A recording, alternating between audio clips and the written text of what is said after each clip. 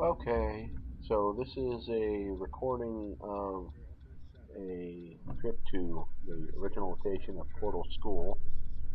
Portal School is significant because it was the site of a local legend that persisted throughout the 1980s and into the 1990s about a local area country school that was supposedly haunted by a teacher, and that teacher allegedly had one day she snapped in this little one-room school in the 1800s, late 1800s, and took a hatchet and decapitated her 15 or so odd students.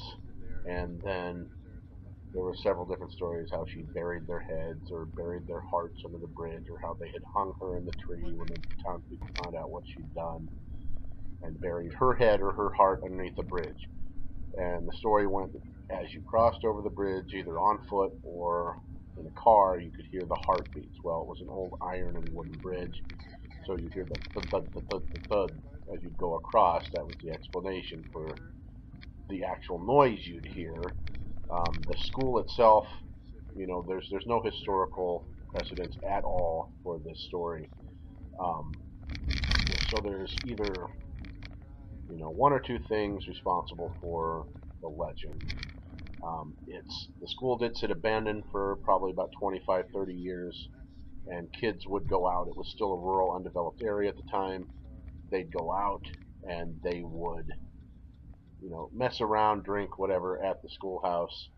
And while they were there were allegations of paranormal activity um, that could be associated just with, the area. Or schoolhouses are known to be areas that collect energy, paranormal activity, because they're high energy places.